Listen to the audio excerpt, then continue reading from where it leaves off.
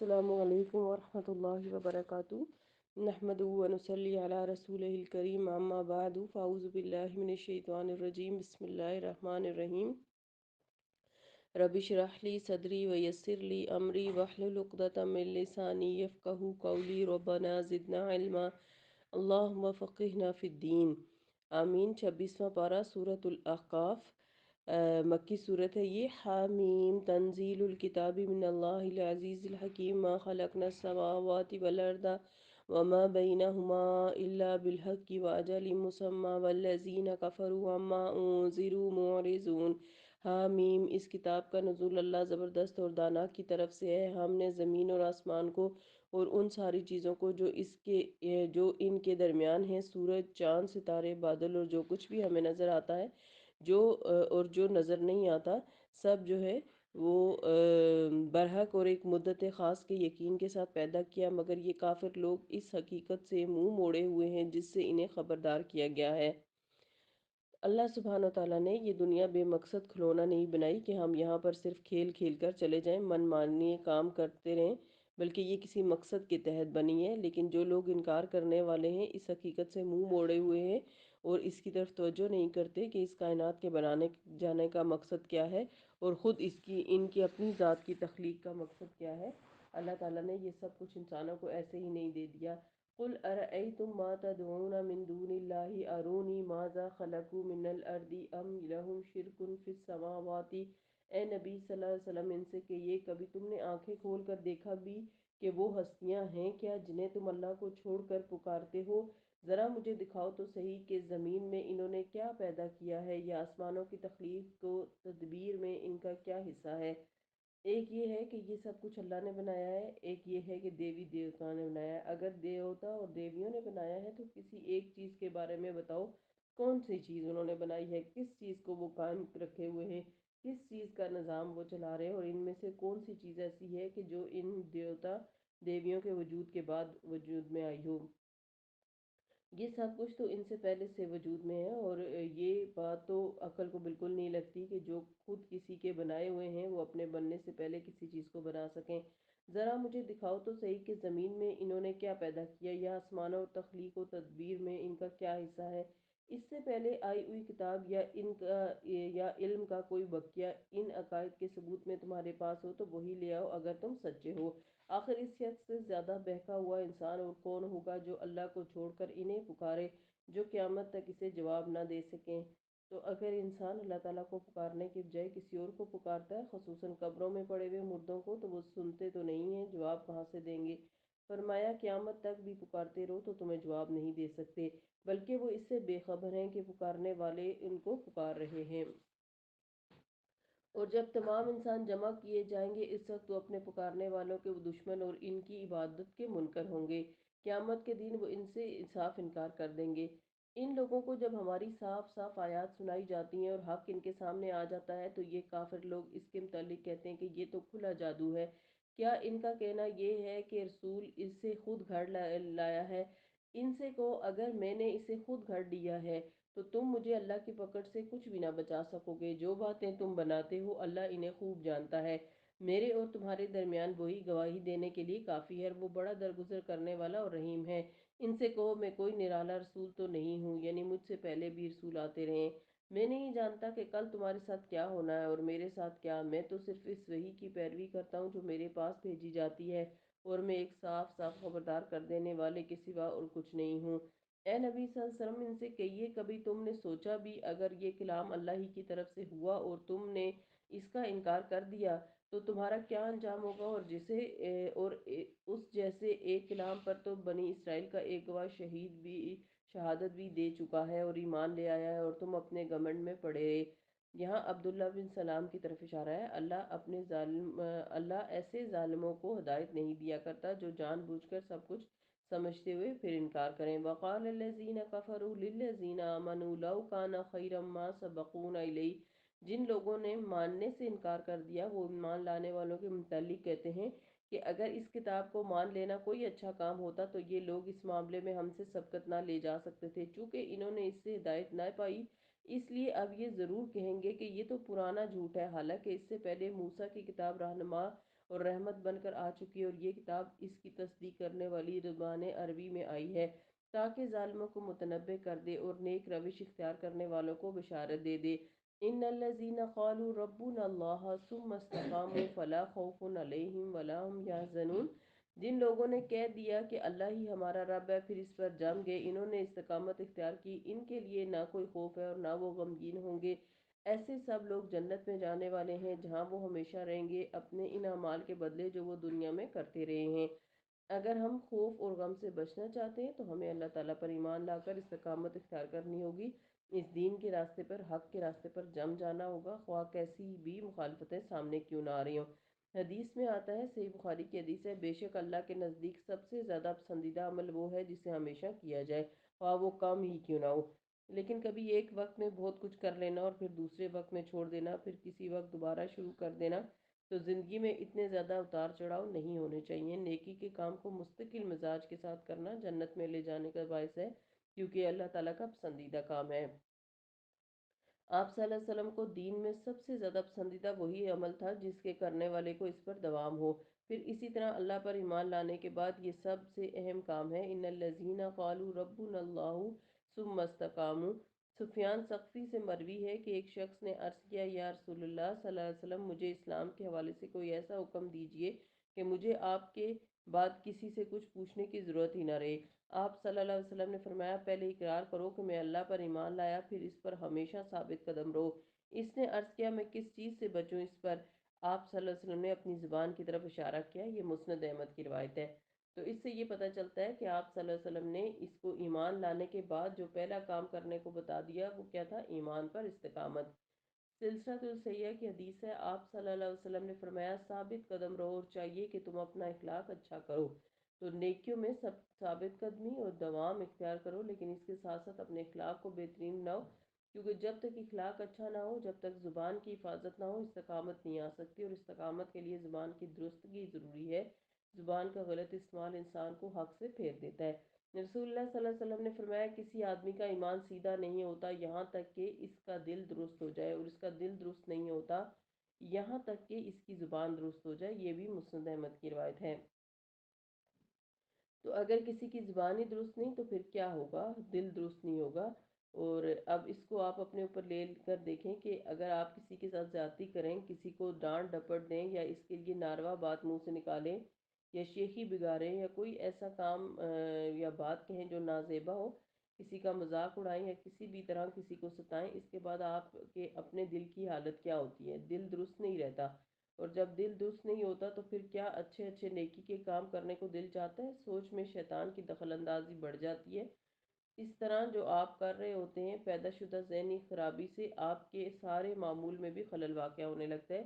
اس لیے انسان بالکل شروع میں جا کر یہ دیکھے کہ خرابی کہاں سے شروع ہوئی تھی، تو یہ خرابی زبان سے شروع ہوتی ہے۔ اس لیے زبان کو قابو میں رکھیں۔ اس کا طریقہ کیا ہے؟ ایسے سارے مواقع پر جب انسان کو کسی کی بات بری لگے، اس وقت اپنے آپ کو روک لیں کہ مجھے کوئی ناحق بات نہیں کہنی چاہیے، کیونکہ ہم اکثر غصے میں جوش میں آ جاتے ہیں اور پھر ہوش میں نہیں رہتے، اور جو منہ میں آتا ہے وہ بولتے چلے جاتے ہیں، جس کے نتیجے میں بہت سی چیزیں خراب ہو جاتی ہیں۔ اگر ایک چیز کو کنٹرول کر لیا جائے، زبان کو سنبھال لیا جائے، تو باقی ساری چیزیں اپنی اپنی جگہ درست رہیں گی۔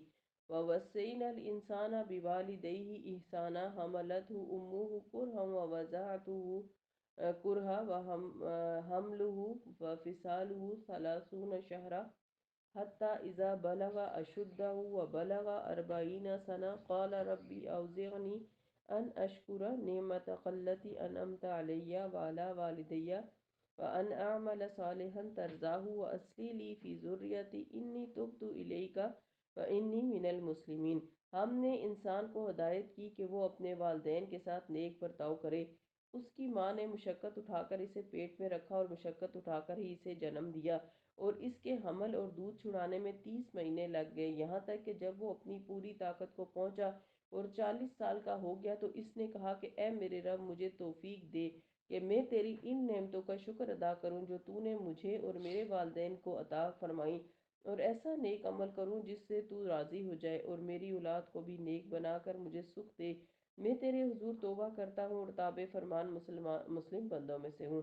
تو یہ بھی قرآنی دعا ہے، یوسف علیہ السلام کی دعا سے ملتی جلتی دعا ہے، اس کو ضرور آپ لوگ ہائی لائٹ کریں اور اس کو یاد کریں اور اس کو پڑھتے رہیں۔ یہاں ایک تو ہمیں والدین کے ساتھ حسن سلوک کا سبق دیا جا رہا ہے، اور اس کی وجہ بھی بتائی جا رہی ہے کہ والدین کتنی زیادہ قربانیاں کرتے ہیں، اور اس میں خصوصاً ماں کا حق زیادہ بتایا گیا ہے۔ آپ دیکھیں کہ ماں موت کے منہ میں جا کر بچے کو جنم دیتی ہے، زندگی کا اتنا بڑا خطرہ مول لیتی ہے، اس وقت اس کی جان رزق پر ہوتی ہے، وہ مر بھی سکتی ہے، اور کتنی مائیں ولادت کے وقت مر بھی جاتی ہیں، وہ اس وقت زندگی کی نسبت موت سے زیادہ قریب ہوتی ہے۔ کوئی اور ہستی ہے جس نے آپ کے لیے اتنی بڑی قربانی کی ہو کہ اپنی جان خطرے میں ڈال کر آپ کو جنم دیا ہو؟ یہ ماں ہی کر سکتی ہے، اس لیے ماں کا حق سب سے زیادہ ہے کہ حملت امہ کرہا، پہلے حمل کی تکلیف اور پھر وضاعت کرہا، پھر جنم دینے کی تکلیف، سخت تکلیف کی حالت میں مشقت پر مشقت اٹھا کر، اور پھر یہ ایک دن دو دن کی بات نہیں ہے،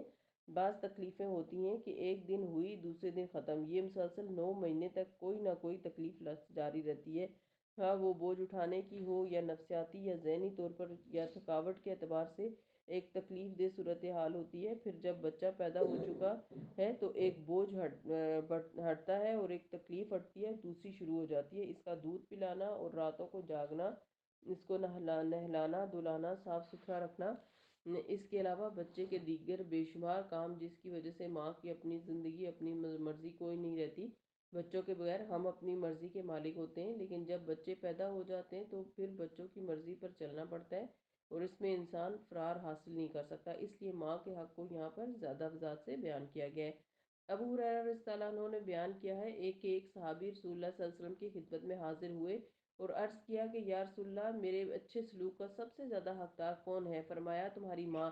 پوچھا اس کے بعد کون؟ فرمایا تمہاری ماں۔ انہوں نے پھر پوچھا اس کے بعد کون؟ فرمایا تمہاری ماں۔ انہوں نے پوچھا اس کے بعد کون؟ فرمایا پھر تمہارا باپ۔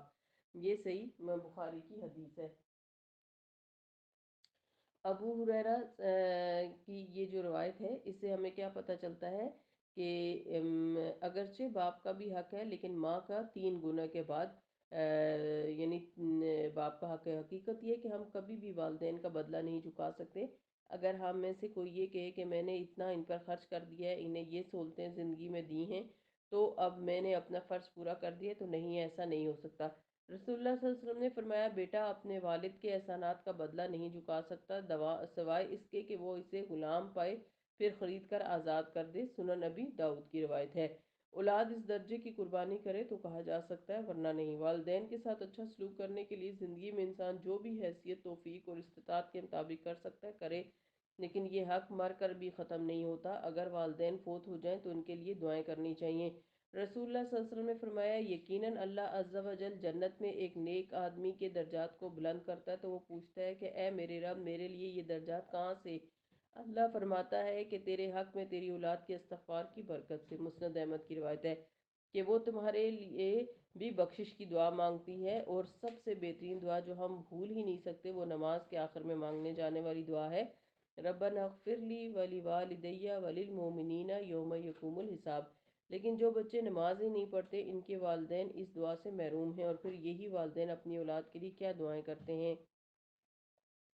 وہی جو سیدنا سلیمان علیہ السلام نے کی تھی، یا اللہ تو مجھے توفیق دے کہ میں تیری نعمت کا شکر ادا کروں جو تو نے مجھ پر انعام کی اور میرے والدین پر کی۔ انسان جب 40 سال کا ہو جاتا ہے، اس وقت خاص طور پر اپنے ماں باپ کی قربانیوں کو بہت یاد کرتا ہے، کیونکہ اب اس کی اولاد بھی کچھ بڑی ہو چکی ہوتی ہے، اور جب وہ ستانے لگتی ہے تو یاد آتا ہے کہ ہم نے اپنے ماں باپ کو کیسا کیسے ستایا تھا، پھر وہ اس پر افسوس کرتا ہے اور دعائیں بھی کرتا ہے، اور یہ کہ میں ایسا نیک عمل کروں جس سے تو راضی ہو جائے، یعنی پھر سنجیدگی آنے لگتی ہے، اس کی سوچوں میں پختگی آنے لگتی ہے، اس کو خیال آتا ہے کہ میں ایسا کوئی کام نہ کروں جس سے میرے رب مجھ سے ناراض ہو جائے، بلکہ ان نیک کا اعمال کی توفیق دے جو بظاہر بھی نیک ہو، لیکن اس سے اللہ تعالیٰ خوش ہو جائے۔ پھر اولاد کے لیے بھی دعا کرتا ہے کہ میری اولاد کو بھی نیک بنا کر مجھے سکھ دے، میں تیرے حضور توبہ کرتا ہوں اور تابع فرمان مسلم بندوں میں سے ہوں۔ ایسے لوگوں کے ساتھ اللہ تعالیٰ کا کیا کیا معاملہ کرتے ہیں؟ اولئک الذین نتقبل عنہم احسن ما عملوا، یہی وہ لوگ ہیں جن کے بہترین اعمال تو ہم قبول کرتے ہیں اور ان کی برائیوں سے درگزر کر جاتے ہیں، یہ جنتی لوگوں میں سے ہیں اس سچے وعدے کے مطابق جس سے کیا جاتا رہا۔ اس طرح کے نیک لوگوں کے اعمال اللہ تعالیٰ قبول کر لیتے ہیں جو دل کے بھی اچھے ہیں، جن کا ظاہری رویہ بھی اچھا ہو، جو والدین کے ساتھ بھی احسان کرتے ہوں۔ اور جس شخص نے اپنے والدین سے کہا اف تنگ کر دیا تم نے، ماں باپ کے ساتھ تو ایسے بات کرنی ہی نہیں چاہیے، کر ہی نہیں سکتے، کیا تم مجھے یہ خوف دلاتے ہو کہ میں مرنے کے بعد پھر قبر سے نکالا جاؤں گا؟ خاص طور پر بچے ماں باپ کی نصیحتوں سے تنگ ہوتے ہیں، تو اس کی طرف یہاں اشارہ ہے۔ حالانکہ مجھ سے پہلے بہت سی نسلیں گزر چکی، ان میں سے تو کوئی اٹھ کر نہیں آیا، کیسی بودی دلیلیں دے رہے۔ ماں اور باپ اللہ کی دہائی دے کر کہتے ہیں ارے بدنصیب مان جا، اللہ کا وعدہ سچا ہے، مگر وہ کہتا ہے یہ سب اگلے وقتوں کی فرسودہ کہانیاں ہیں۔ عام طور پر نوجوانوں کا حال کیا ہے کہ نئے نئے افکار سے متاثر ہو کر والدین کے دین کو، ان کی تعلیم کو، ان کی تربیت کو وہ فرسودہ خیالات اور پرانے وقتوں کی باتیں قرار دیتے ہیں، اور ان سے منہ موڑے رکھتے ہیں، اور ان سے کہتے ہیں کہ آپ چپ رہیے، ہمیں کچھ نہ کہیں، آپ نے ایک دفعہ بتا دیا ہم نے سن لیا کافی ہے، اور کہتے ہیں کہ یہ جو تم قرآن میں ہر وقت پڑھتے رہتے ہو یہ 1400 سال پرانا کتاب ہے، آج کے دور میں یہ عمل کے قابل نہیں ہے، ایسے لوگوں کا انجام کیا ہوگا؟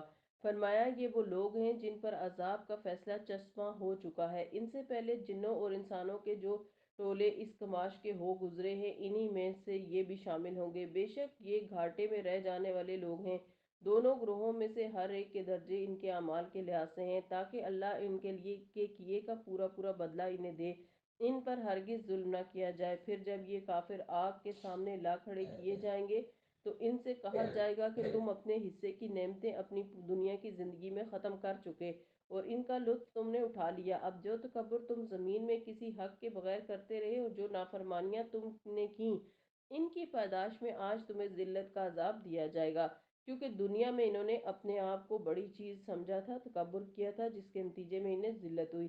اس سے یہ پتہ چلتا ہے کہ انسان کو دنیا کی نعمتیں استعمال کرتے ہوئے شکر ادا کرنا چاہیے اور اللہ تعالیٰ سے ڈرتے رہنا چاہیے کہ کہیں ایسا تو نہیں کہ اللہ تعالیٰ فرمائے کہ تم اپنی دنیا کی نعمتیں دنیا میں ہی استعمال کر کے آ گئے ہو، یہاں کے لیے کچھ بھی نہیں بچا۔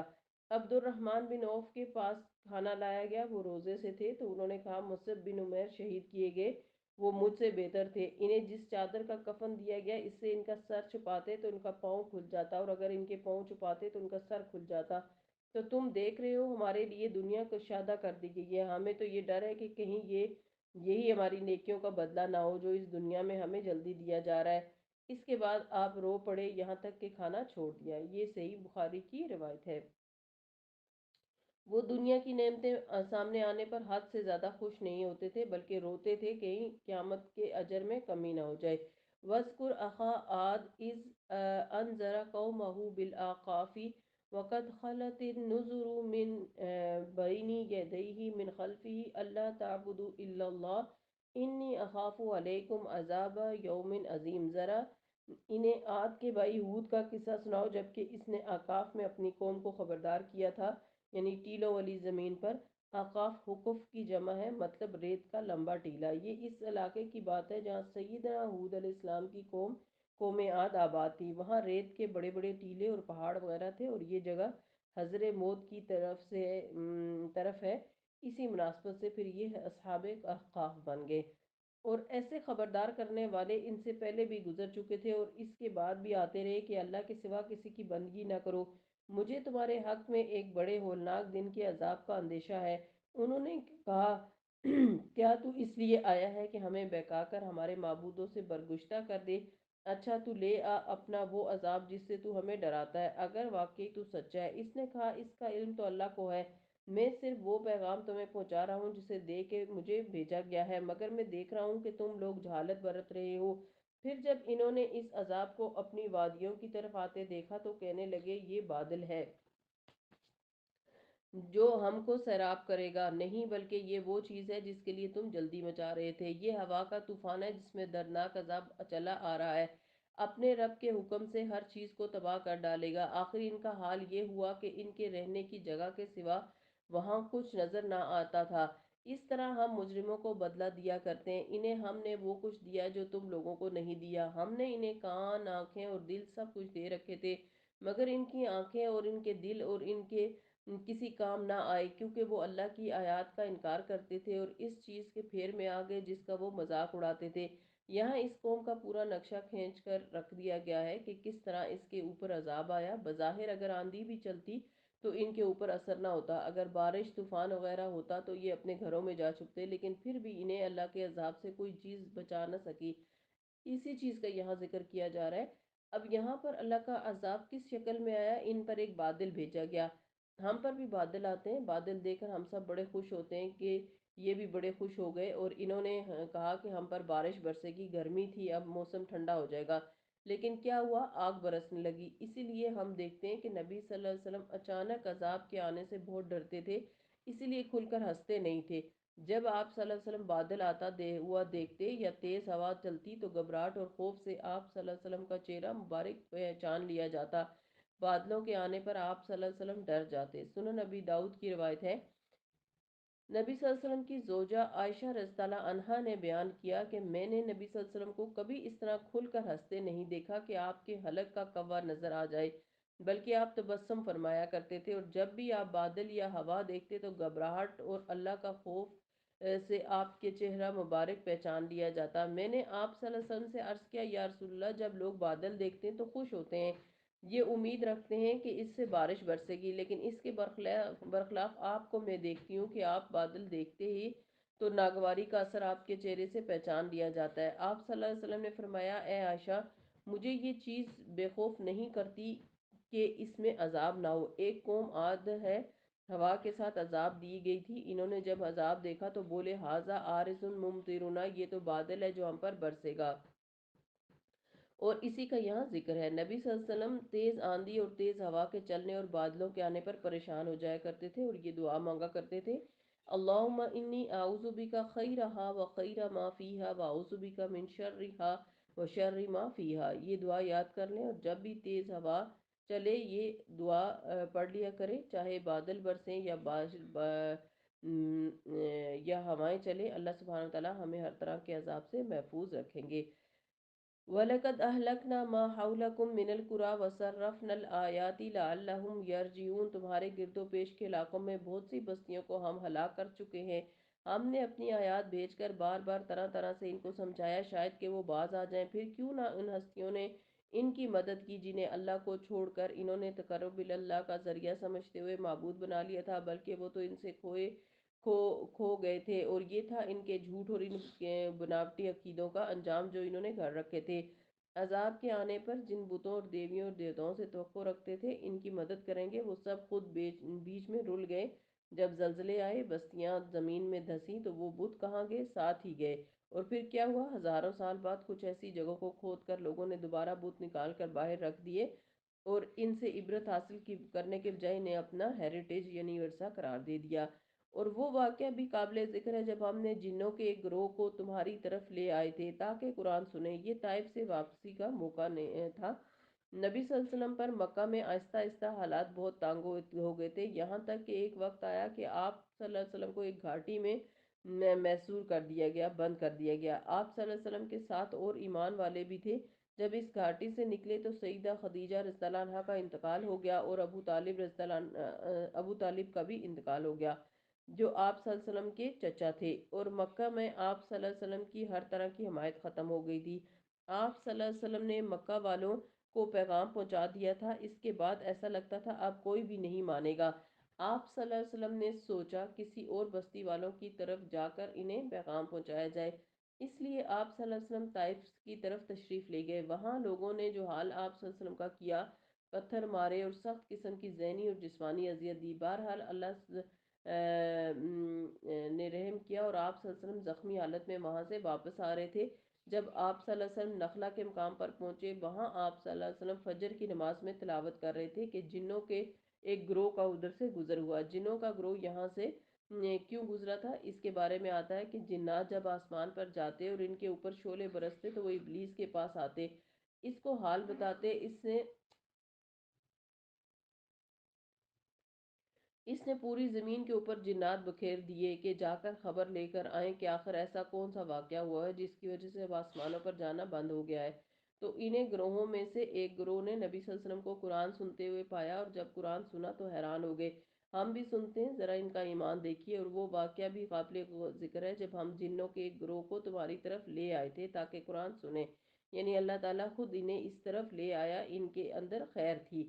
جب وہ اس جگہ پہنچے جہاں تم قرآن پڑھ رہے تھے تو انہوں نے آپس میں کہا، خاموش ہو جاؤ۔ دیکھیے کسی نے انہیں نہیں سکھایا تھا، لیکن اس کلام کے احترام میں وہ خاموش ہو گئے۔ آپ جو اتنے دنوں اور مہینوں سے قرآن سن رہے ہیں، کیا آپ کی عادت پختہ ہوئی ہے کہ کوئی قرآن سنا رہا ہو اور آپ خاموش رہیں؟ اس وقت بات چیت بند کر دیں۔ یہ بات قرآن پڑھنے والے طالب علم کے بنیادی آداب میں سے ہے، کیونکہ ادب کے بغیر جو بھی چیز لی جائے وہ بے روح ہوتی ہے، بے ادب بے نصیب ہوتا ہے نا۔ فلما حضروا قالوا انصتوا، جب وہ وہاں حاضر ہوئے تو انہوں نے کہا خاموش ہو جاؤ، ہم ذرا غور سے سنیں یہ کیا ہو رہا ہے۔ پھر جب وہ پڑھا جا چکا تو خبردار کرنے والے بن کر اپنی قوم کی طرف پلٹے۔ ایک درس کافی تھا ان کا مبلغ بنانے کے لیے،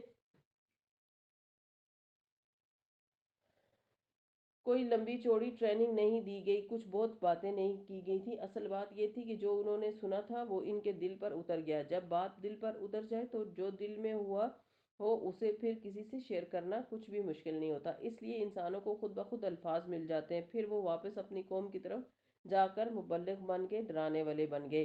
انہوں نے جا کر کہا، اے ہماری قوم کے لوگوں، ہم نے ایک کتاب سنی ہے جو موسیٰ علیہ السلام کے بعد نازل کی گئی ہے، یعنی تورات کے بعد، تصدیق کرنے والی ہے، اپنے سے پہلے آئی ہوئی کتابوں کی رہنمائی کرتی ہے حق اور رائے راست کی طرف۔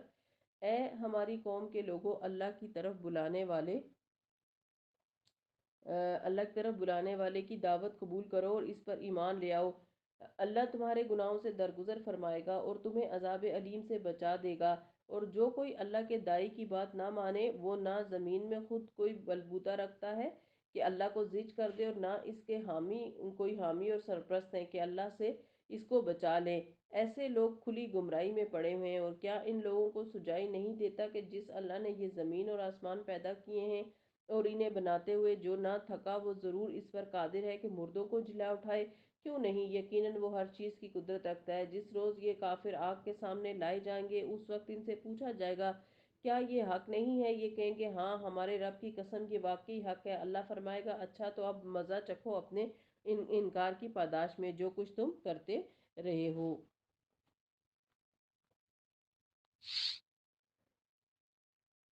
آیت نمبر 35، فَاصْبِرْ كَمَا صَبَرَ أُولُو الْعَزْمِ مِنَ الرُّسُلِ، بس اے نبی صلی اللہ علیہ وسلم صبر کیجئے جس طرح اولو العزم رسولوں نے صبر کیا، اور ان کے مقابلے میں جلدی نہ کرو، یعنی عذاب جلدی نہ مانگو۔ جس روز یہ لوگ اس چیز کو دیکھ لیں گے جس کا انہیں خوف دلایا جاتا ہے، یعنی قیامت کی گھڑی، تو انہیں یوں معلوم ہوگا کہ جیسے دنیا میں دن کی ایک گھڑی بھر سے زیادہ نہیں رہے تھے۔ بات پہنچا دی گئی۔ اب کیا نافرمان لوگوں کے سوا اور کوئی ہلاک ہوگا؟ یعنی جو اللہ کی نافرمانی کرتا ہے، ہلاکت اسی کے مقدر میں ہوتی ہے۔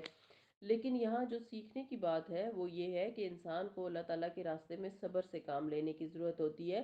اور صبر کب ہوتا ہے؟ جب ہماری مرضی کے خلاف کوئی بات ہو اور پھر اس کی وجہ سے انسان برداشت نہ کر پائے۔ انسان کو ہمیشہ اللہ تعالیٰ کے عذاب سے ڈرتے ہوئے ان تمام چیزوں کو اختیار کرتے جانا چاہیے جو اللہ تعالیٰ نے اس کے کرنے کے لیے کہی ہیں۔ سورہ محمد، بسم اللہ الرحمن الرحیم، شروع کرتی ہوں اللہ کے نام سے جو بے انتہا مہربان نہایت رحم فرمانے والا ہے۔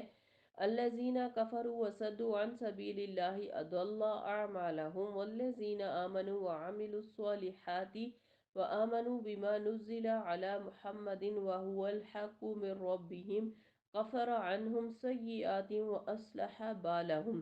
جن لوگوں نے کفر کیا اور اللہ کے راستے سے روکا، اللہ نے ان کے اعمال کو رائے گاں کر دیا، ضائع کر دیا، خواہ وہ کتنے بھی چیریٹی کے کام کرتے ہوں، خواہ وہ کتنے بھی بظاہر نیک کام کرتے ہوں، لیکن اللہ تعالیٰ کا حق سب سے پہلے ہے۔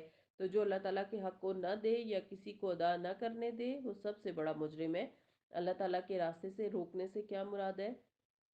کسی کو زبردستی ایمان سے روکنا، ایمان والوں پر ایسے ظلم و ستم ڈھانا کہ دوسرے لوگ دیکھ کر ڈر جائیں اور ایمان کی طرف نہ آئیں۔ تیسرا یہ کہ دین اور دین والوں کے خلاف کسی کو رگلایا جائے تاکہ لوگ ان سے بدظن ہوں اور پھر دین کی طرف نہ آئیں۔ لوگوں کے دلوں میں ایسے وسوسے ڈالے جائیں کہ ایمان والوں اور دین والوں اور پیغمبروں اور ان کے پیروکاروں کے دل بارے میں ایسے منفی پروپیگنڈا کیا جائے کہ جس وجہ سے لوگ اسلام کی طرف آنے سے رک جائیں۔ یہ تمام چیزیں اللہ تعالیٰ کے دین سے روکنے میں شامل ہیں۔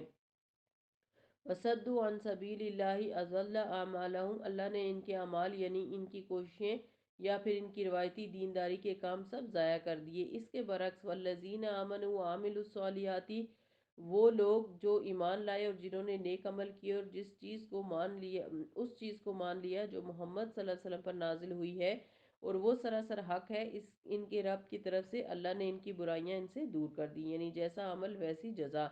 جنہوں نے اچھے عمل کیے انہیں بہترین جزا بھی دی گئی، اور اس میں خاص طور پر جو قابل ذکر بات ہے، بما نزل علی محمد، جو بھی چیز محمد صلی اللہ علیہ وسلم پر نازل کی گئی، خواہ وہ قرآن مجید ہے یا سنت رسول صلی اللہ علیہ وسلم ہے، تو ایسے لوگوں کی جزا کیا ہے؟ کفر عنہم سیئاتہم، اللہ نے ان سے ان کی برائیاں دور کر دیں، وَأَصْلَحَ بَالَهُمْ، اور ان کا حال درست کر دیا۔ جہاں تک سنت کا تعلق ہے تو سنت پر بھی اس طرح ایمان لانا ضروری ہے جس طرح قرآن مجید پر ایمان لایا جاتا ہے۔ رسول اللہ صلی اللہ علیہ وسلم نے فرمایا، خبردار، بے شک مجھے قرآن کے ساتھ اس جیسی ایک اور چیز بھی دی گئی ہے۔ سنن نبی داؤد کی روایت ہے، حدیث کی طرف اشارہ ہے۔ رسول اللہ صلی اللہ علیہ وسلم نے فرمایا، جس چیز کے بارے میں تمہیں خبر دوں کہ وہ اللہ کی طرف سے ہے تو وہ ایسی ہے جیسے جس میں کوئی شک نہیں ہے۔ صحیح ابن حبان کی یہ روایت ہے۔ اور آپ صلی اللہ علیہ وسلم اللہ ہی کی طرف سے پہنچاتے تھے، اپنے نفس سے باتیں نہیں کرتے تھے، تو اس پر ایمان لانا اور اس کے مطابق عمل کرنا نہایت ضروری ہے۔ حسان بن عطیہ کہتے ہیں کہ جبرائیل علیہ السلام نبی صلی اللہ علیہ وسلم کے پاس سنت لے کر اترتے تھے، اور اس طرح جس طرح آپ کو قرآن سکھاتے تھے اسی طرح سنت کی بھی تعلیم دیتے تھے۔ سنت سے منہ موڑنے والے کی کیا سزا ہے؟ سلسلۃ الصحیحہ کی روایت ہے، نبی صلی اللہ علیہ وسلم نے فرمایا، جو میری سنت پر عمل نہ کرے وہ مجھ سے نہیں ہے۔ اس لیے اپنی زندگی میں نبی صلی اللہ علیہ وسلم کے طریقے کو خوشی کے ساتھ قبول کرنا اور اس کے مطابق اپنی زندگیوں کو ڈالنا نہایت ضروری ہے۔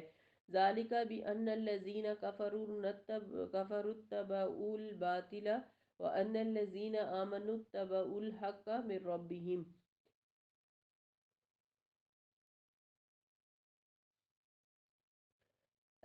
یہ اس لیے کہ کفر کرنے والوں نے باطل کی پیروی کی اور ایمان لانے والوں نے اس حق کی پیروی کی جو ان کے رب کی طرف سے آیا ہے۔ اس طرح اللہ لوگوں کو ان کی ٹھیک ٹھیک حیثیت بتائی دیتا ہے کہ وہ کس درجے میں آتے ہیں، ان کا اللہ کیا مقام ہے، اللہ سبحانہ تعالیٰ ہی بہتر طور پہ جانتا ہے۔ فَإِذَا لَقِيتُمُ الَّذِينَ كَفَرُوا فضرب الرقاب، پس جب ان کافروں سے تمہاری مد بھیڑ ہو تو پہلا کام گردنیں مارنا ہے، یہاں تک کہ جب تم انہیں اچھی طرح کچل دو تب قیدیوں کو مضبوط باندھو۔ اس کے بعد تمہیں اختیار ہے احسان کرو یا فدیے کا معاملہ کرو تا آن کے لڑائی اپنے ہتھیار ڈال دے۔ یہاں کچھ جنگی قوانین بتائے جا رہے ہیں کہ کس طریقے سے کام کرنا ہوگا۔ اسی سے پتہ چلتا ہے کہ ہمارا دین کامل ہے۔ اس میں صرف کھانے پینے کے آداب یا سونے جاگنے کے آداب نہیں بتائے گئے، اس میں زندگی کے ہر معاملے سے متعلق رہنمائی دی گئی ہے، حتیٰ کہ جنگ کرنے اور جنگ کا مقصد، اور پھر جنگ کے بعد قیدیوں کو پکڑنے اور اس کے ساتھ کسی قسم کا سلوک کیا جائے گا، کیسے انہیں رکھا جائے گا اور کیسے انہیں آزاد کیا جائے گا، یہ تمام چیزیں بھی کھول کر بتا دی گئیں۔ یہ ہے تمہارے کرنے کا کام، اللہ چاہتا تو خود ہی ان سے نبٹ لیتا، مگر یہ طریقہ اس نے اس لیے اختیار کیا تاکہ تم لوگوں کو ایک دوسرے کے ذریعے آزمائے۔ اللہ تعالیٰ اپنے دین کی نصرت خود اکیلے بھی کر سکتا ہے، لیکن وہ اہل ایمان کو میدان جنگ میں کیوں لے آتا ہے؟ تاکہ پتہ چلے کہ ان میں سے کون اپنے ایمان کے دعوے میں سچا ہے، کیونکہ زبانی کلامی باتیں کرنا تو بہت آسان ہے، لیکن اصل سچائی انسان کی اس وقت ثابت ہوتی ہے جب وہ کسی امتحان سے گزرتا ہے۔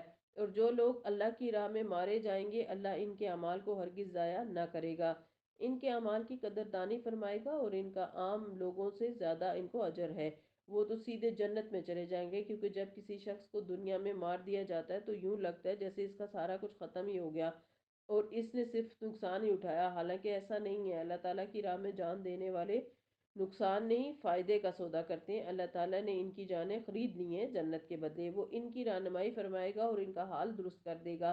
وَيُدْخِلُهُمُ الْجَنَّةَ عَرَّفَهَا لَهُمْ، اور وہ انہیں ان جنتوں میں داخل کرے گا جس سے وہ انہیں واقف کرا چکا ہے، جس کی انہیں پہچان کروائی جا چکی ہے۔ رسول اللہ صلی اللہ علیہ وسلم نے فرمایا، اس ذات کی قسم جس کے ہاتھ میں محمد کی جان ہے، ان میں سے ہر شخص اپنے جنت کے گھر کو اپنے دنیا کے گھر سے بھی بہتر طور پر پہچانے گا۔ صحیح بخاری کی حدیث ہے۔ دنیا میں ہم اپنے گھر کی ہر چیز کو جانتے ہیں کہ اس دراز میں کیا رکھا ہے، اس کمرے میں کیا ہے، اوپر کیا ہے، نیچے کیا ہے، کچن میں کیا کچھ ہے۔ اس لیے جب آپ کو کوئی چیز چاہیے ہوتی ہے تو بغیر کسی ڈائری کو کھولے ڈائریکٹ آپ چلے جاتے ہیں، الماری کھولتے ہیں، دراز کھولتے ہیں اور نکال لیتے ہیں، کیونکہ آپ کا اپنا گھر ہے، آپ کو اپنی ہر چیز کی پہچان ہے۔ لیکن اللہ تعالیٰ کے ساتھ سودا کرنے والے اپنے جنت کے گھر کو دنیا کے گھر سے بھی زیادہ پہچانتے ہیں، کیونکہ انہیں وہ سب کچھ دکھا دیا جاتا ہے، اسے مانوس کر دیا جاتا ہے اور اس گھر کے ذریعے انہیں عزت بخشی جاتی ہے۔ یا ایھا الذین آمنو، اے لوگو جو ایمان لائے ہو، ان تنصروا اللہ ینصرکم ویثبت اقدامکم، اگر تم اللہ کی مدد کرو گے تو وہ تمہاری مدد کرے گا اور تمہارے قدم جما دے گا۔ اللہ کی مدد یعنی اللہ کو کسی مدد کی ضرورت ہے؟ کسی مدد کی نہیں ہے، مراد اللہ کے دین کی مدد ہے۔ دین کے کام کے لیے جب بلایا جائے تو انسان چل کر نہیں دوڑ کر آئے، اور جب انسان دین کے کام کے لیے نکلتا ہے تو اللہ تعالیٰ بندے کے قدم جما دیتا ہے، اس کو دین پر استقامت عطا کرتا ہے۔ ان الذین قالوا ربنا اللہ ثم استقاموا، یہ استقامت اللہ تعالیٰ کے دین کا کام کیے بغیر آتی ہی نہیں۔ رہے وہ لوگ جنہوں نے کفر کیا تو ان کے لیے ہلاکت ہے، اور اللہ نے ان کے اعمال کو بھٹکا دیا ہے، تباہ کر دیا ہے، ضائع کر دیا ہے۔ ذالک بانہم کرہوا ما انزل اللہ، یہ اس لیے کہ انہوں نے اس چیز کو ناپسند کیا جسے اللہ نے نازل کیا، لہٰذا اللہ نے ان کے اعمال ضائع کر دیے۔ یہ بہت ڈرنے والی بات ہے، ہمیں اللہ تعالیٰ کے کسی حکم کو بھی ناپسند نہیں کرنا چاہیے، وہ ہمیں کتنا ہی مشکل کیوں نہ نظر آئے۔ اس پر دل تنگ نہیں ہونا چاہیے، اور اس پر شکایتیں نہیں کرنی چاہیے، کیونکہ اس سے پچھلی آیت میں کفار کی سزا بتا دی گئی، فتح صلہم، ان کے لیے تباہی ہے اور ان کے اعمال غارت ہو گئے۔ تو اس آیت میں فرمایا ذالک بانہم کرہوا ما انزل اللہ، یہ اس لیے کہ انہوں نے اس چیز کو ناپسند کیا جو اللہ نے اتاری۔ ہمیں وہ چیزیں جو اللہ تعالیٰ نے اتاری ہیں نہایت محبوب ہونی چاہیے، اور ایک ایک حکم کو خوشی سے لینا چاہیے۔ بعض لوگ حدود کے معاملے میں پس و پیش کرتے ہیں کہ کسی کی جان لے لی جائے یا کسی کا ہاتھ کاٹ لیا جائے۔ اسلام میں چوری کی سزا جو ہے ہاتھ کاٹنا ہے، بظاہر لگتا ہے کہ یہ بڑی وحشیانہ سزا ہے، انسان ساری زندگی کے لیے ایک ہاتھ سے محروم ہو جائے، لیکن بات یہ ہے کہ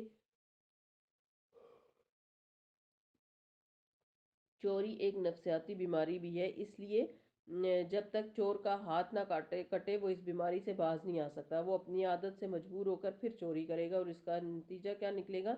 دنیا میں جس کی چوری ہوئی ہے اس کی تکلیف اور اس کی پریشانی کا کیا عالم ہوگا، اور یہ چور جو چوریاں کرتا ہی چلے جا رہا ہے اس کا انجام کیا ہوگا؟ یہ سوچنے کی بات ہے۔ اس لیے انسان کو سوچنا چاہیے کہ جس چیز کی سزا دنیا میں اتنی بڑی ہے اس کی آخرت میں کتنی بڑی ہوگی۔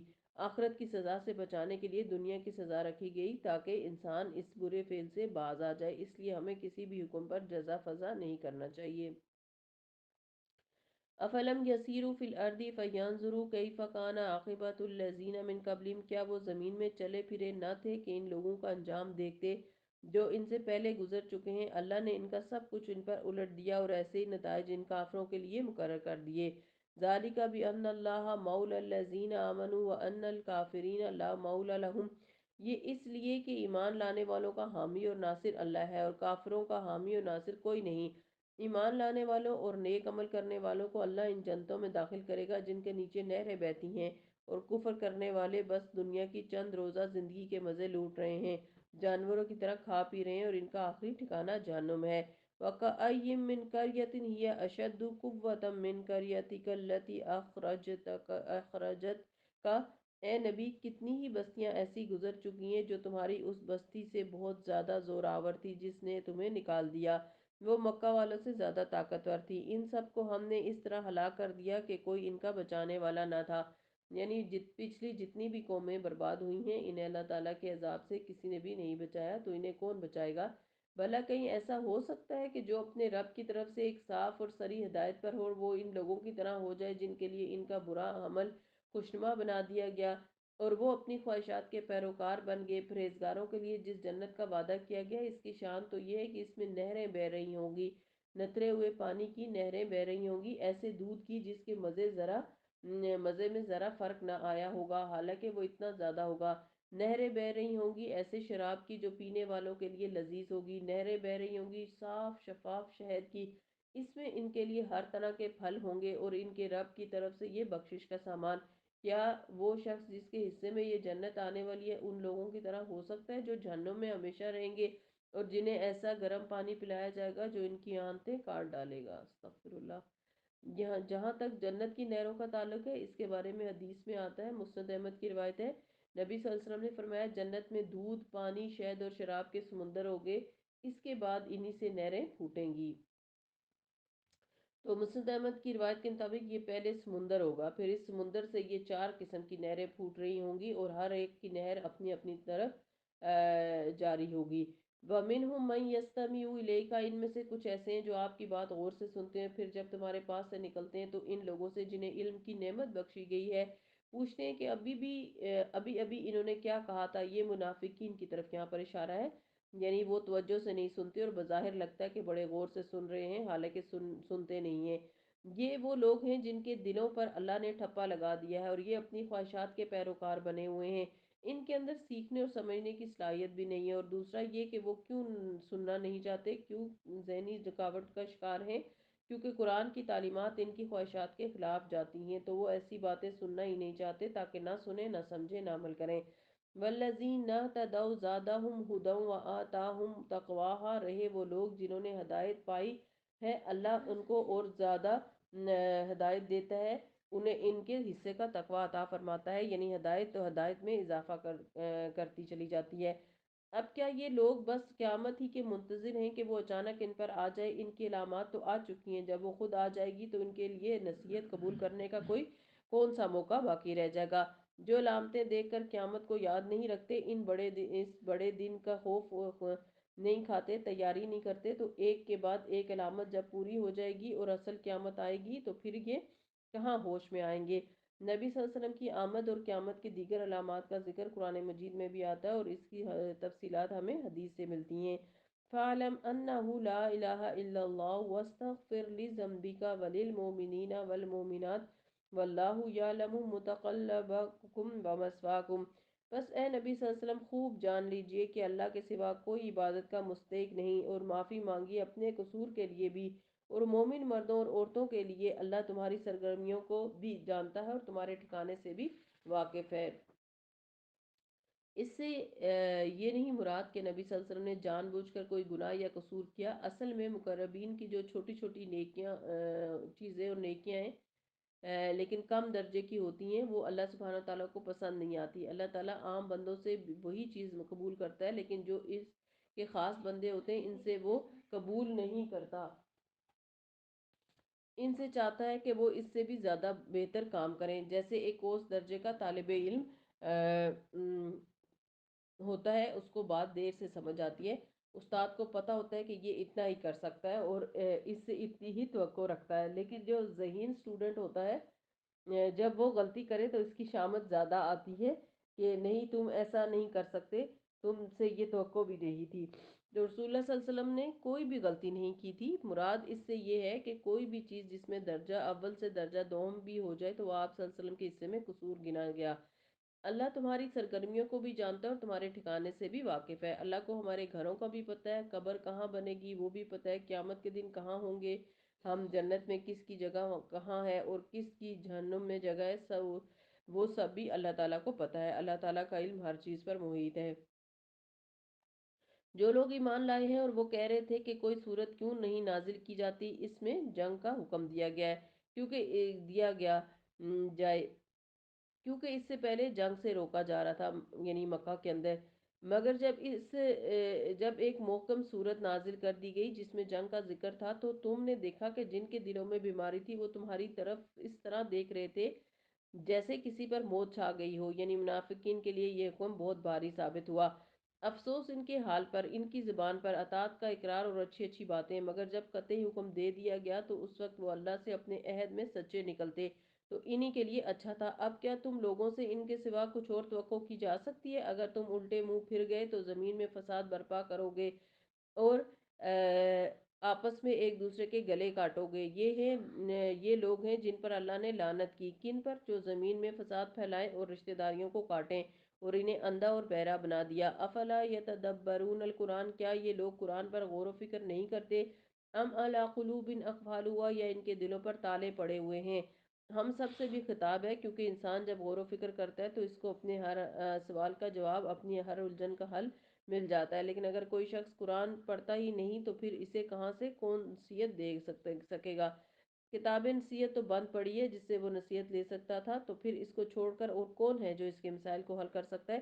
اس لیے یہاں پر اللہ سبحانہ وتعالیٰ قرآن مجید میں غور و فکر کی دعوت دے رہے ہیں اور دلوں کے دروازوں اور دلوں کے تالے کھولنے کا حکم ہو رہا ہے۔ کعب بیان کرتے ہیں کہ قرآن کو لازم پکڑو، کیونکہ قرآن عقل کی تیزی، حکمت کی روشنی اور علم کا سرچشمہ ہے، اور اللہ کی طرف سے نازل ہونے والی کتاب میں سب سے نئی کتاب ہے۔ اللہ نے تورات میں یہ بات فرمائی ہے، اے محمد میں تم پر جدید تورات نازل کروں گا جو نابینا آنکھوں، بہرے کانوں اور غفلت میں پڑے ہوئے دلوں کو کھول دے گی۔ دارمی کی یہ روایت ہے۔ تو یہ ایک حقیقت ہے کہ قرآن مجید غور و فکر سے لوگوں کے دل کھل جاتے ہیں، حقائق سامنے آنے لگتے ہیں اور انسان کو سیدھی راہ مل جاتی ہے۔ آیت نمبر 25، ان الذین ارتدوا علی ادبارہم من بعد ما تبین لہم الہدی الشیطان سول لہم واملی لہم۔ حقیقت یہ ہے کہ جو لوگ واضح ہدایت ہو جانے کے بعد اس سے پھر گئے، ان کے لیے شیطان نے اس روش کو سہل بنا دیا اور جھوٹی توقعات کا سلسلہ ان کے لیے دراز کر رکھا ہے۔ اسی لیے انہوں نے اللہ کے نازل کردہ دین کو ناپسند کرنے والوں کو کہہ دیا کہ بعض معاملات میں ہم تمہاری مانیں گے، یعنی منافقین کفار سے جا کر کہتے ہیں کہ ہم سب کچھ ان کا نہیں مانیں گے، کچھ تمہاری بھی مانیں گے، کیونکہ دونوں فریقوں کو خوش رکھنا چاہتے ہیں۔ اللہ ان کی یہ خفیہ باتیں خوب جانتا ہے۔ پھر اس وقت کیا حال ہوگا جب فرشتے ان کی روحیں قبض کریں گے اور ان کے منہ اور پیٹھوں پر مارتے ہوئے انہیں لے جائیں گے۔ کن لوگوں کو دیے جانے والی سزا کی طرف اشارہ ہے؟ منافقین کی طرف۔ یہ اس لیے ہوگا کہ انہوں نے اس طریقے کی پیروی کی جو اللہ کو ناراض کرنے والا ہے اور ان کی رضا کا راستہ اختیار کرنے پسند نہ کیا۔ اسی بنا پر اس نے ان کے سب اعمال ضائع کر دیے۔ جو اللہ تعالیٰ کی رضا مندی کے راستے کو پسند نہ کرے، پھر ان کے اعمال بھی ضائع ہو جاتے ہیں۔ کیا وہ لوگ جن کے دلوں میں بیماری ہے یہ سمجھے بیٹھے ہیں کہ اللہ ان کے دل کے کوٹ ظاہر نہیں کرے گا؟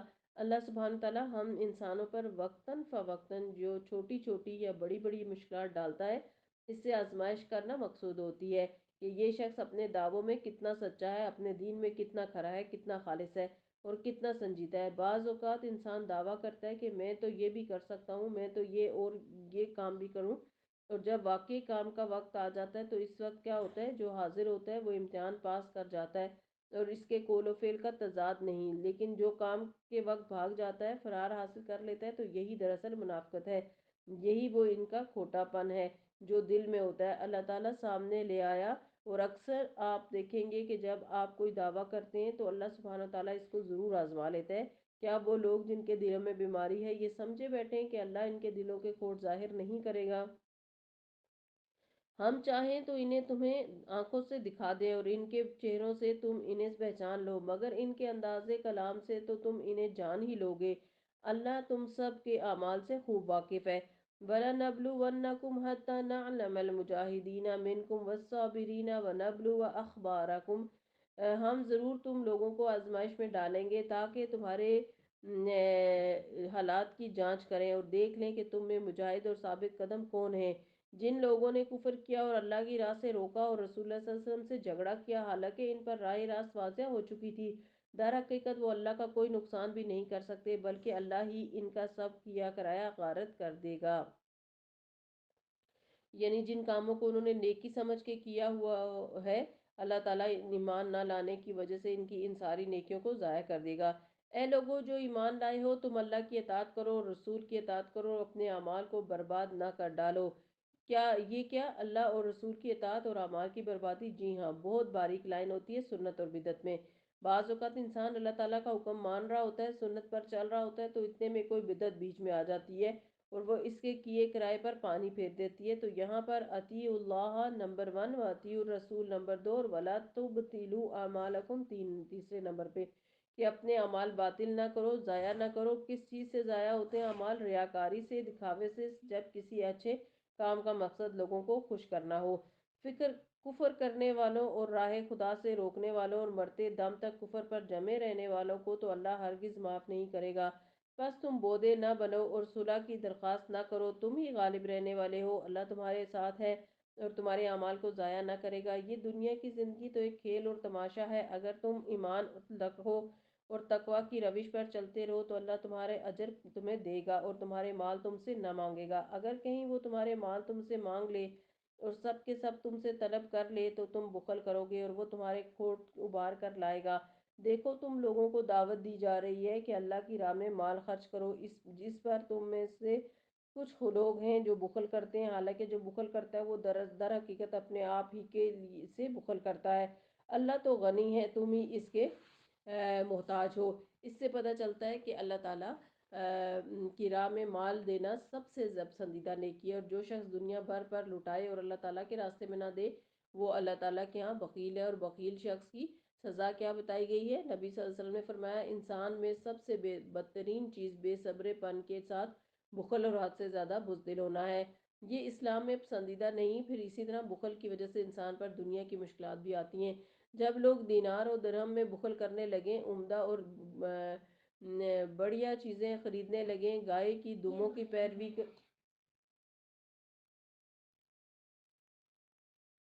جب لوگ دینار اور درہم میں بخل کرنے لگیں، عمدہ اور بڑھیا چیزیں خریدنے لگیں، گائے کی دموں کی پیروی کرنے لگیں اور جہاد فی سبیل اللہ کو چھوڑ دیں، تو اللہ ان پر مصائب نازل فرمائے گا اور اس وقت تک انہیں دور نہیں کرے گا جب تک لوگ دین کی طرف پیروی نہ واپس نہ آ جائیں۔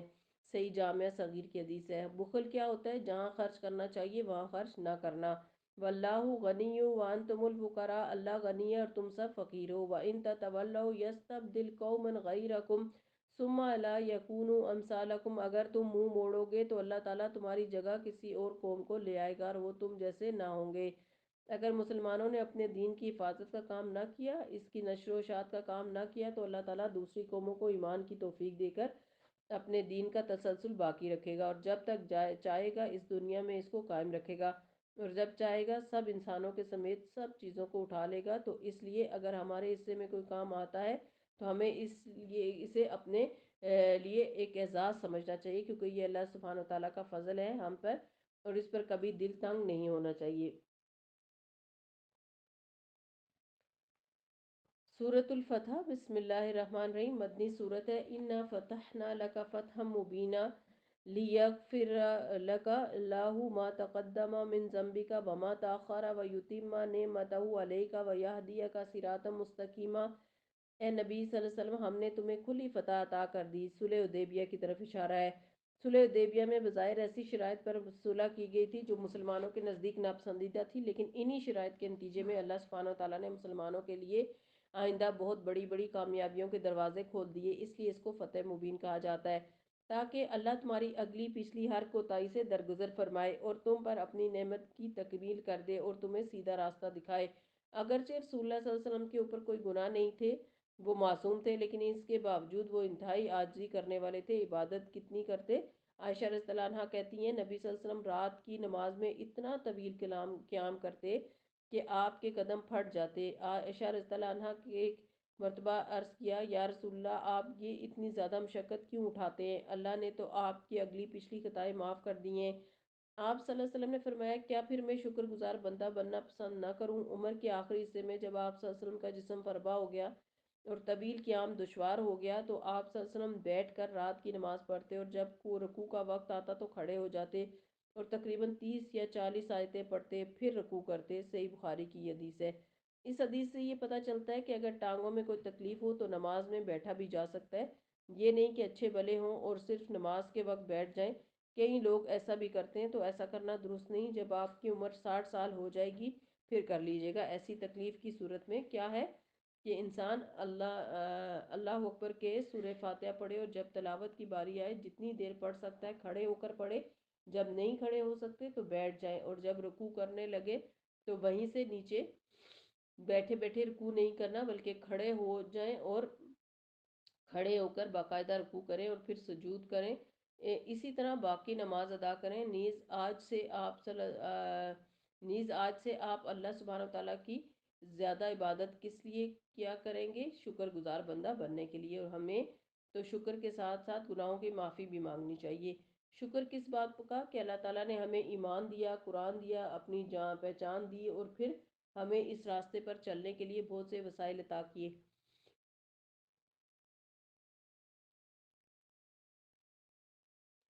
اور ان ساری نعمتوں کو ہم نے جو ناقدری کی ہے، اللہ تعالیٰ اس پر ہمیں معاف کر دے اور آئندہ کے لیے ہمیں بہترین کاموں کی توفیق دے، آمین۔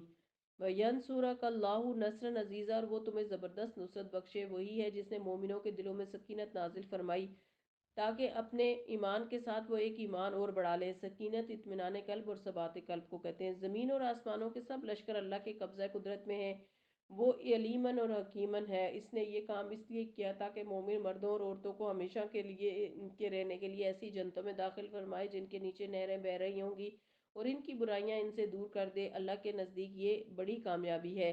یہ سکینت ان مومنوں کے اندر تو اترتی ہی تھی، لیکن یہ سکینت ہر اس مومن کے اندر بھی اترتی ہے جو اخلاص کے ساتھ کام کرتا ہے، اور جب وہ اللہ تعالیٰ کے لیے کام کر رہا ہوتا ہے اور اس کو غلط سمجھ کر اس پر کوئی الزام تراشی کی جاتی ہے یا اس کی کردار کشی کی جاتی ہے تو بھی وہ اس سے پریشان نہیں ہوتا، اس کے دل کے اندر ایک سکون اور ٹھنڈک اور ایک اطمینان ہوتا ہے، اور وہ اس راستے کو چھوڑنا نہیں چاہتا، اور وہ اس راستے پر جمع رہنا چاہتا ہے، کیونکہ یہ راستہ کانٹوں بھرا راستہ ہے۔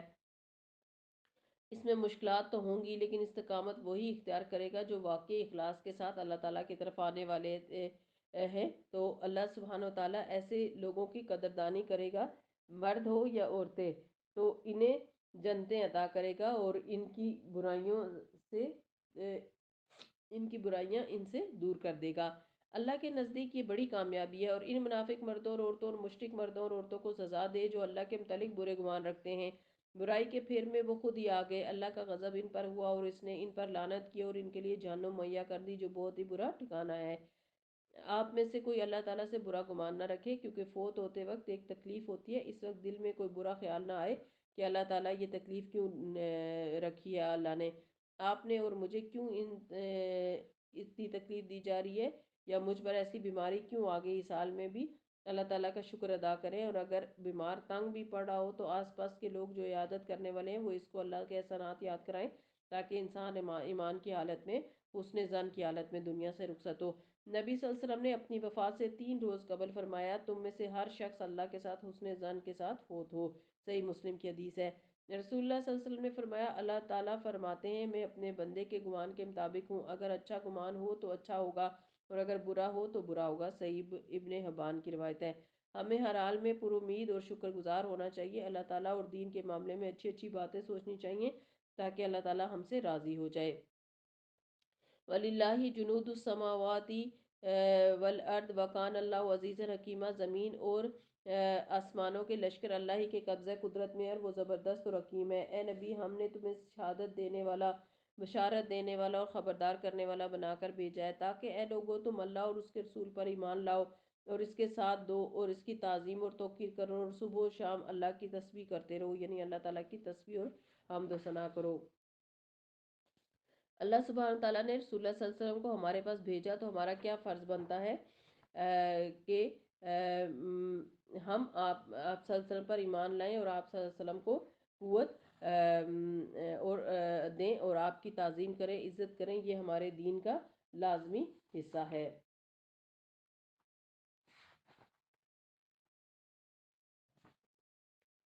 اے نبی صلی اللہ علیہ وسلم، جو لوگ تم سے بیعت کر رہے تھے، یہ صلح حدیبیہ کی طرف اشارہ ہے، جسے بیعت رضوان کہا جاتا ہے۔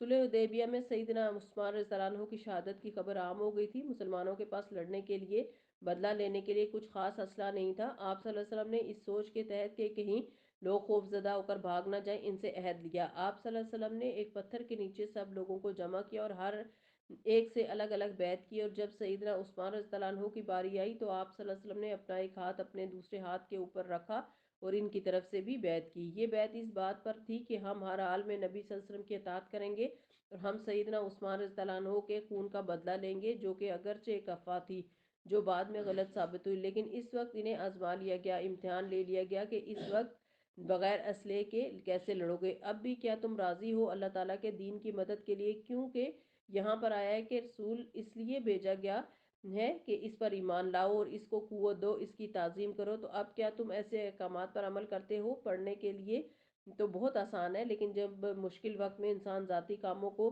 پیچھے چھوڑ کر دین کو آگے رکھتا ہے تو ہی وہ اپنے ایمان کی سچائی ثابت کرتا ہے۔ اے نبی، جو لوگ تم سے بیعت کر رہے تھے وہ دراصل اللہ سے بیعت کر رہے تھے، ان کے ہاتھ پر اللہ کا ہاتھ تھا، نظر تو نہیں آ رہا تھا لیکن اللہ ہی جانتا ہے کہ کیسے تھا، مگر تھا۔ اب جو اس عہد کو توڑے گا، اس کی عہد شکنی کا وبال اسی کی اپنی ذات پر ہوگا، اور جو اس عہد کو وفا کرے گا تو جو اس نے اللہ سے کی ہے، اللہ عنقریب اس کو بہت بڑے اجر عطا فرمائے گا۔ سَيَقُولُ لَكَ الْمُخَلَّفُونَ مِنَ الْأَعْرَابِ شَغَلَتْنَا أَمْوَالُنَا وَأَهْلُنَا فَاسْتَغْفِرْ لَنَا۔ اے نبی، بدوی عربوں میں سے جو لوگ پیچھے چھوڑ دیے گئے، اب وہ آ کر ضرور تم سے کہیں گے کہ ہمیں اپنے اموال اور بال بچوں کی فکر نے مشغول کر رکھا تھا، آپ ہمارے لیے مغفرت کی دعا کیجئے۔ یہ لوگ اپنی زبانوں سے وہ باتیں کہتے ہیں جو ان کے دلوں میں نہیں ہوتی۔ ان سے کہنا، اچھا یہی بات ہے تو کون تمہارے معاملے میں اللہ کے فیصلے کو روکنے کا کچھ اختیار رکھتا ہے؟